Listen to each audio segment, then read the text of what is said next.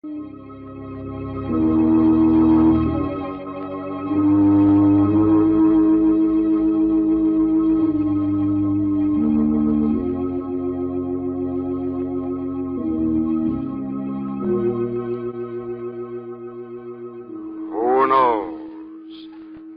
evil lurks in the hearts of men? The Shadow knows. This is the Shadow. My hypnotic power has clouded your mind. The Shadow! Yes, the Shadow. I'll be there in every empty room, as inevitable as your guilty conscience. Because her name is Justice, and her revenge for your mockery will be death.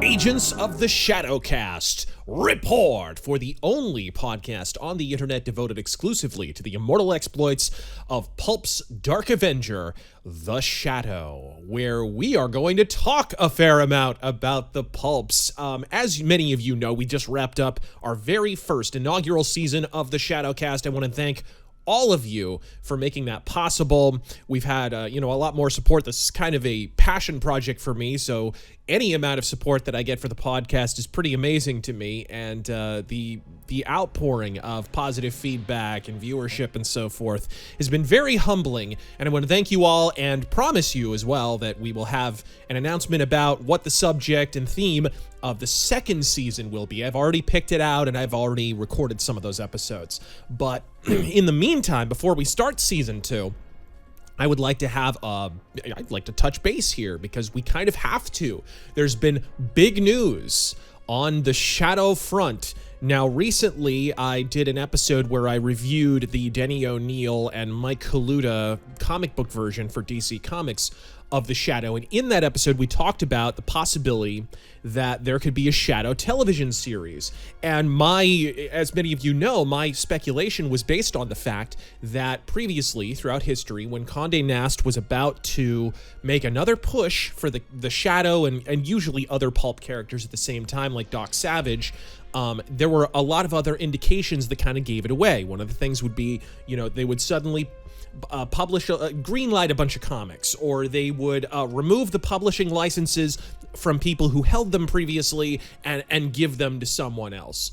As you know, recently, the Sanctum Books, Nostalgia Enterprises, the guys who have been reprinting the Shadow pulps of the 30s and 40s, that they recently had their license to print them reneged. And while that's a shame, there's still apparently just a small handful of Shadow novels, albeit Bruce Elliott stories, that are not considered of the greatest quality. For a completionist like myself, that's a bit unfortunate, but apparently those are unpublished and will remain so for the foreseeable future. But we now know why that publishing was rescinded.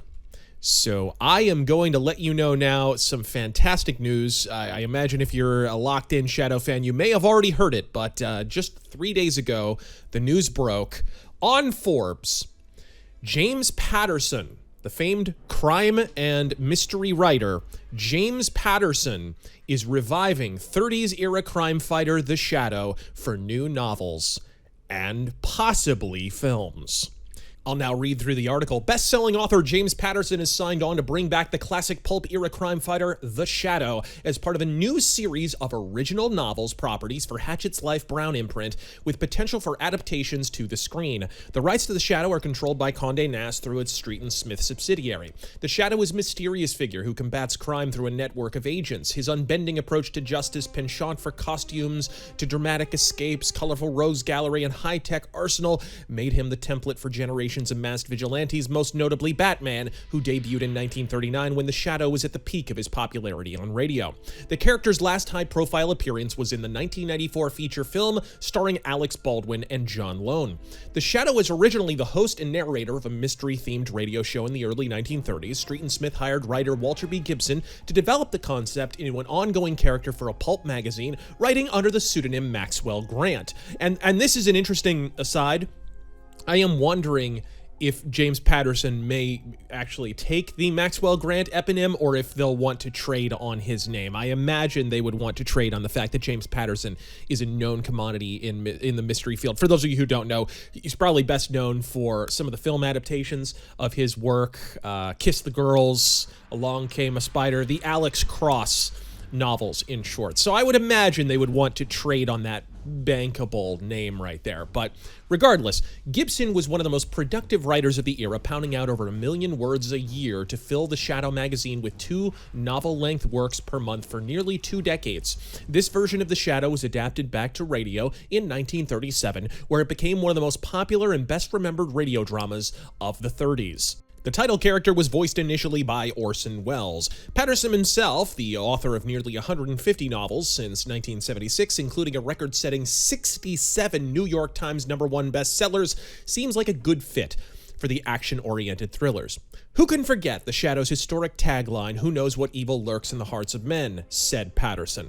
Well, the Shadow knows, and soon readers will too. I've long been a fan of the Shadow, and I'm looking forward to bringing his legendary character to life in the modern age.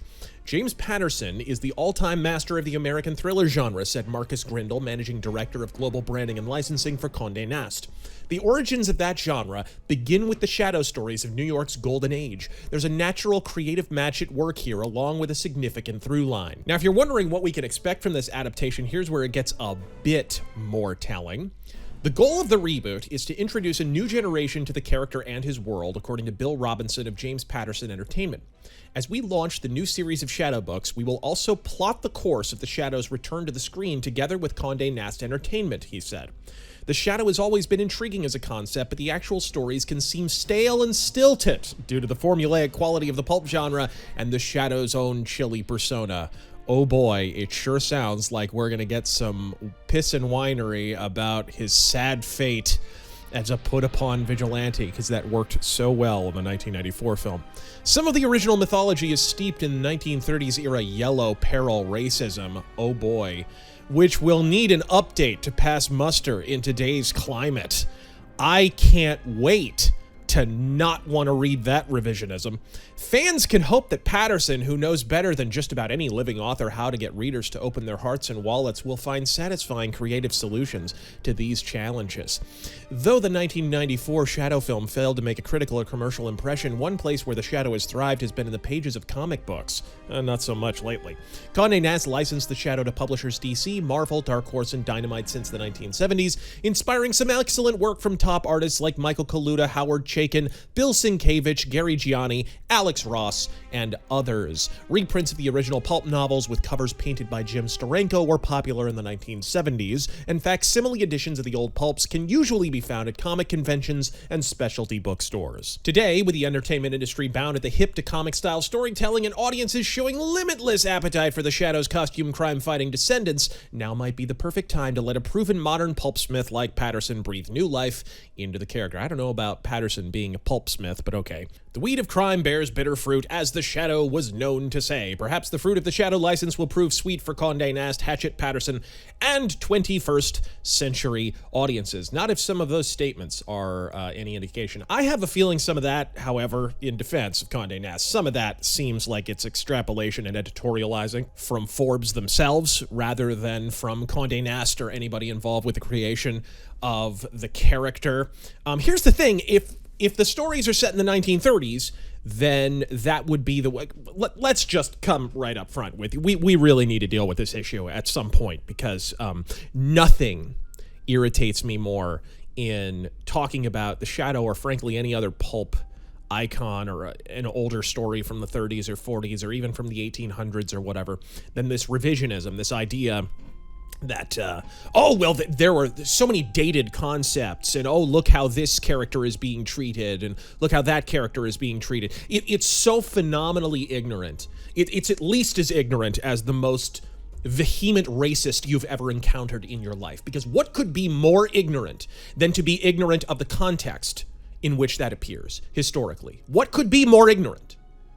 Mere barking racism at least has a relatively simplistic root. Not understanding why an Asiatic character, or I guess to use the period nomenclature, an Oriental character would be cast a certain way or treated a certain way during the 1940s or 1930s in fiction is to be designedly and almost in a complex way ignorant of what history actually is and why that happened, like the motivations for the Yellow Peril and how Asian Americans were actually regarded in society at large at that time. What you have to understand when you take these stories into context is that Walter B. Gibson was, at the end of the day, surprisingly progressive in a number of ways. I've brought up the example of Jericho Druk because he's a perfect example of how Walter B. Gibson was ahead of the curve. Here is a black agent, and he's not portrayed as stupid. He is using, like, pidgin street slang, used by and devised, this is the important thing, devised by African Americans of that era, the 30s and 40s. It was their speech. They created it. No white guy created it. It is not a caricature to demean the African American person. It was a way of depicting how they spoke at the time. It was a way they created so that they could express themselves the way they wanted to. A lot like street slang of the modern day among all different ethnic groups, not just African Americans. And you can say the same to a large degree of Asian Americans, of that they also had their own shorthand. Why? Because Asian Americans, when they came here, largely kept to their own communities. You know, I've read too much Old West history to buy that BS. I'm sorry. Like, it's just, when Asian Americans came here, they wanted to make a living, they wanted to make a life, and eventually they did integrate. But honestly, there's still a large pull in the East to not integrate. You know, one of my best friends growing up was Chinese, and his family could not have wanted to integrate into American society less. They came here, they put together a business, they certainly contributed to the economy. Their son, of course, integrated enough that, you know, he and I were friends. His parents were not pleased about how Americanized he became while he was here. I mean, vividly, I can tell you this. Whenever we went out to eat, one time they took us out to eat and we went to this authentic Chinese seafood place. And, you know, not something I'm used to, so I tried some stuff. It was surprisingly good. And, you know, I expanded my horizons and whatever. It was time for my parents to return the favor. And we went out to, what was it? Old Country Buffet? No, Hometown Buffet. We went out to Hometown Buffet. And she, you know, I will never forget getting into the booth and sitting down across from his parents. And they put the food down in front of him. And, and my friend's mother looking down at her plate like there was a live baby carcass being served to her. Incredible. You know what I mean? So the point that I'm trying to make here is Asian Americans, when they came here, did have their own way of speaking, just as African Americans did, because they kind of kept to their own cloistered communities. Some of that was due to white prejudice, admittedly. But here's another thing that you don't often hear, and there's some of this in the shadow pulps. Asians were prejudiced too. Shall I say that again? Asians were prejudiced towards white people. They wanted to keep to their own communities. This is one of the reasons they had their own kind of cloistered way of speaking. And it kind of caused the two communities to rub up against each other a bit. It created a lot of the caricatures that are featured in Pulp Fiction, you know, the kind of othering. The truth is, a lot of Asian communities kind of othered themselves. I have a problem with anything that doesn't take context into account. This simplistic way of, well, it was Yellow Peril and Walter B. Gibson was a bigot. Like, you repulse me. You're a bigot. You're a bigot to history. You're a bigot to context. You're an intellectually lazy pustule, and I would rather not hear anything further from you. I'm not saying these novels need to be Hong Kong Phooey. I don't think you require that element to tell a good shadow story. Some of the best shadow stories do not involve elements of Chinatown, but it is a part of the stories. And if you're going to set them in the 30s, and I would say a lot of the modern updates, this is another thing we kind of have to dissect, is there's a statement here, let's update it for 21st century audiences. I think I would take the opposite approach, the complete opposite approach. because the best things set trends rather than following them. I'm sorry. If you want to make a substantial impact, you set a trend, you don't follow it.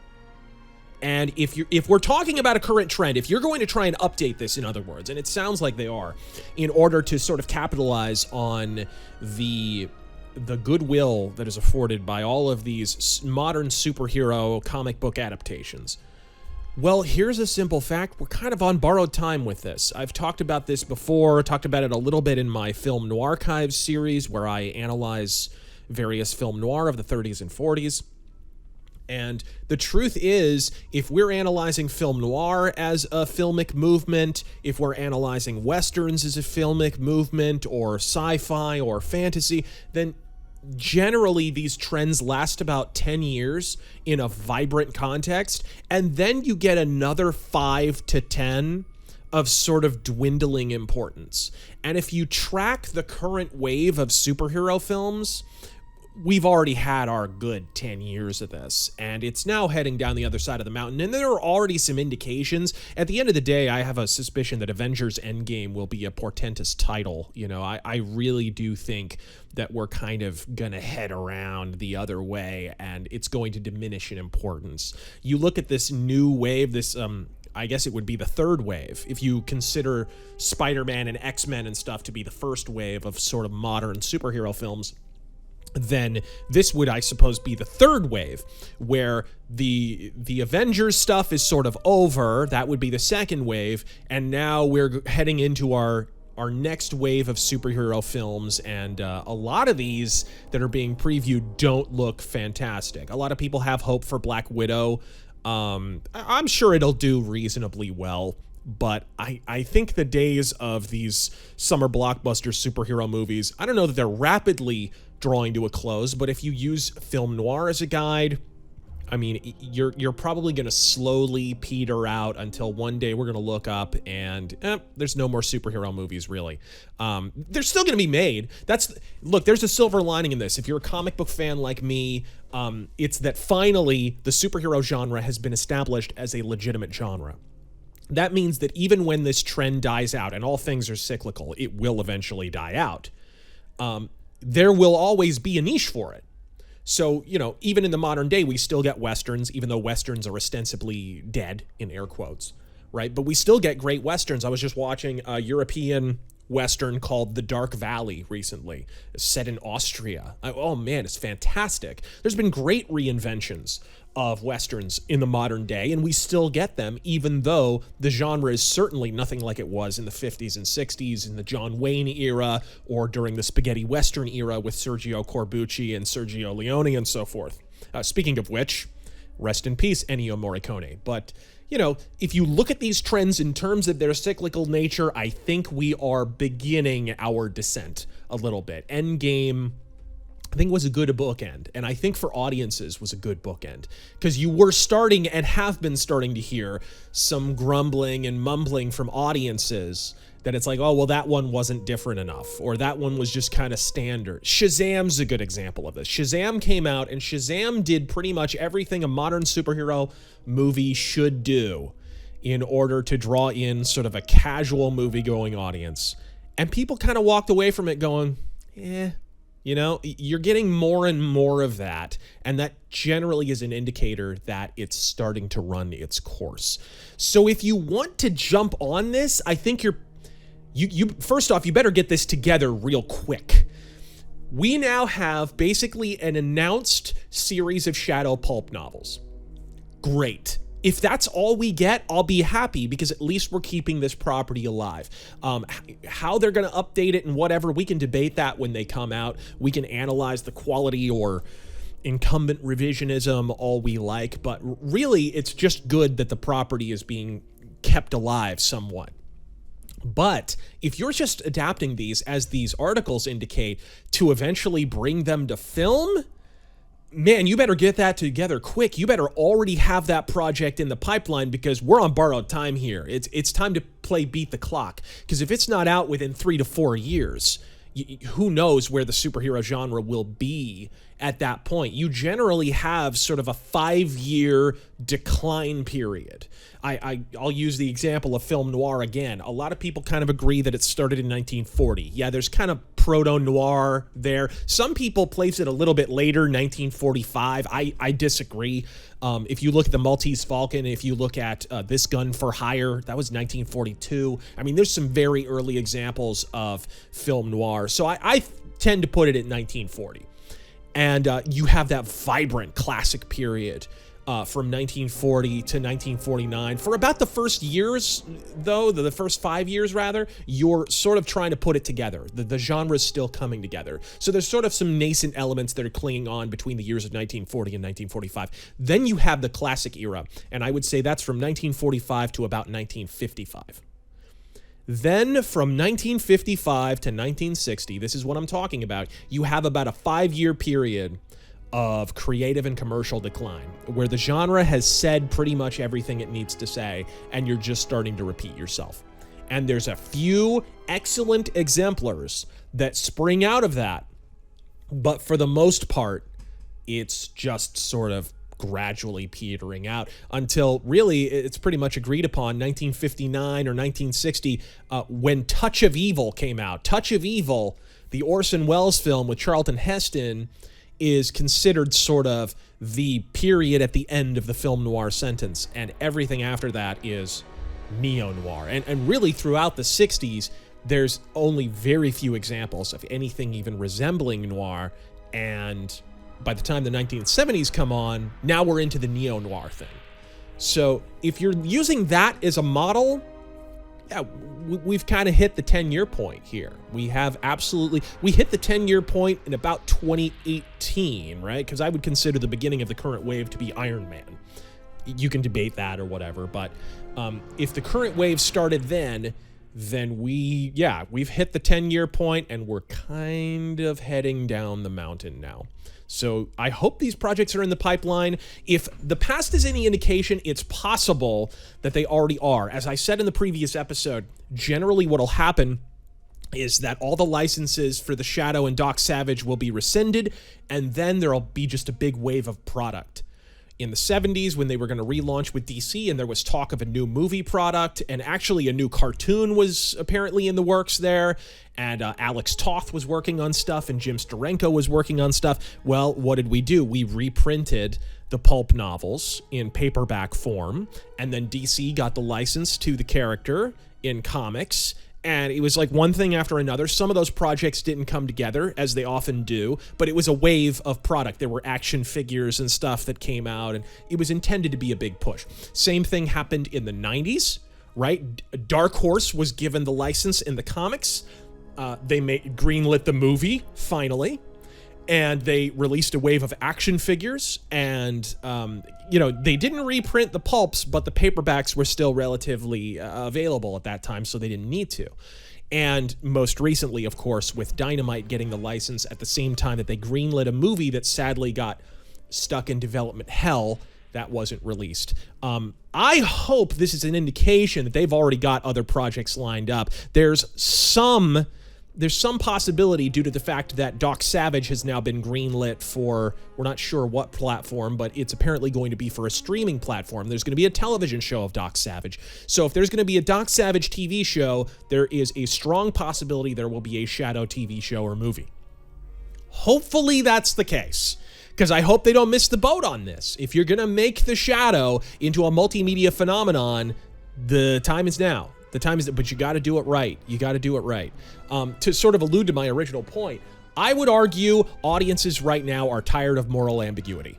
I am just going to say that. I've said that since day one. I think they are tired of heroes that vacillate and cry and bemoan their petty lot in life. They're tired of learning too much about the backstories of their heroes. They're tired of watching their, air quotes, heroes agonize and cry about their past and their daddy issues.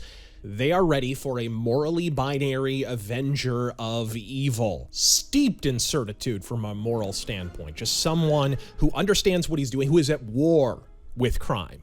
He doesn't doubt his motivations. He doesn't analyze them. He Solomon Kane style, right? He 100% knows exactly what he's doing. And my God, if you don't think audiences would be ready for that right now, you have not been paying attention at all. People are crying out for it. And after a wave of overanalyzing motives and all these characters that have more personal problems than fights with bad guys, all of these movies and adaptations, I mean, if you're not seeing that this would play in 2020, if you're not seeing that the best way to update the Shadow in 2020 is not to update him, you're not locked in with pop culture at all. You're not seeing the zeitgeist on the horizon here. You're not getting it.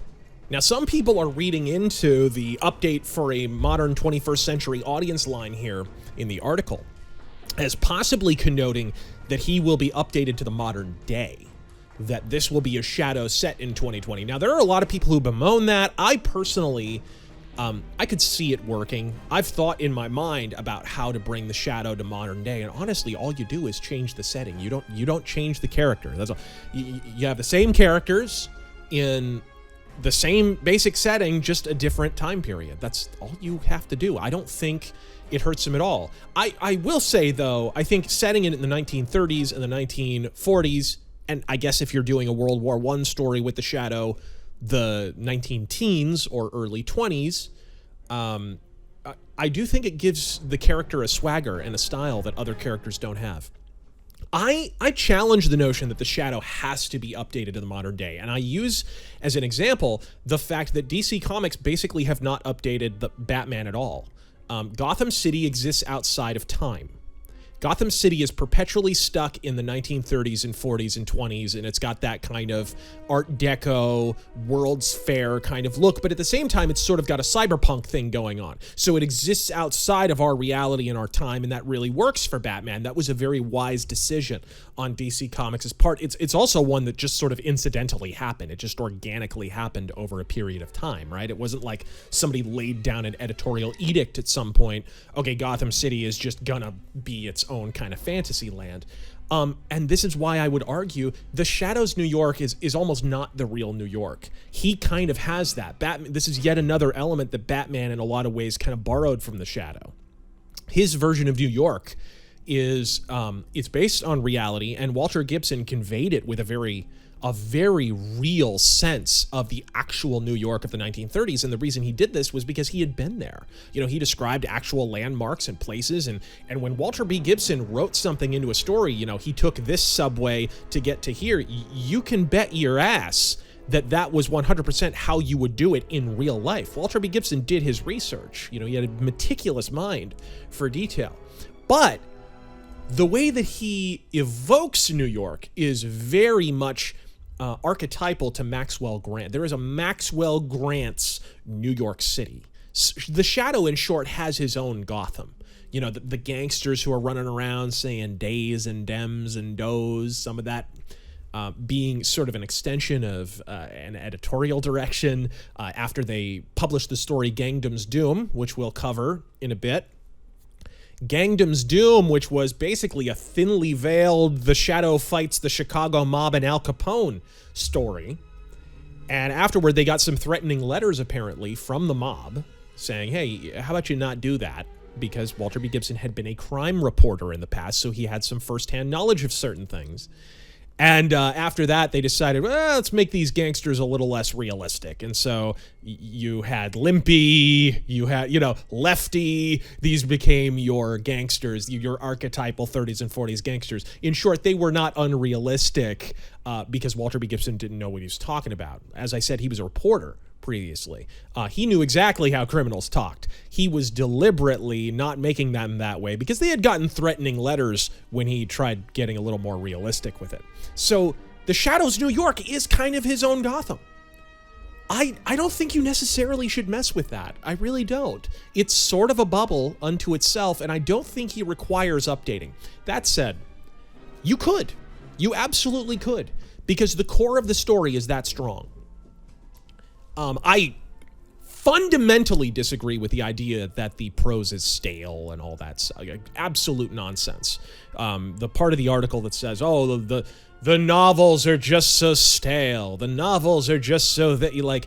That whole argument is complete nonsense. You know, I've introduced people to the Shadow in 2020, young people. I have a fairly young audience on YouTube, and they're blown away by, hey, oh my God, it just moves from plot point to plot point. It's fast. Like, they don't waste any time in these novels, and there's so much atmosphere, and it evokes such a mood. And Walter B. Gibson was a master at that. The twists in the story are frankly better than any twist James Patterson has ever written in his career. You know, these are vibrant and living novels. They're fantastic, or novelettes, rather. Walter B. Gibson's novels have aged very well. Not all of them, obviously. Some of them have aged because everything ages.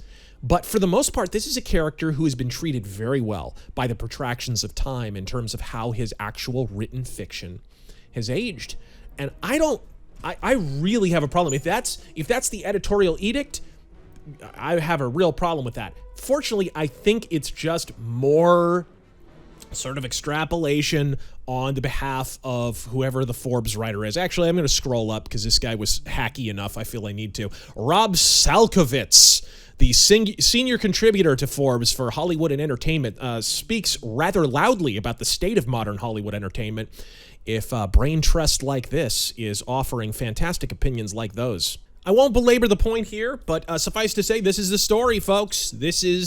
The Shadow is coming back. It turns out that basically my prediction from the previous podcast that we're about to get a new wave of Shadow media is 100% true.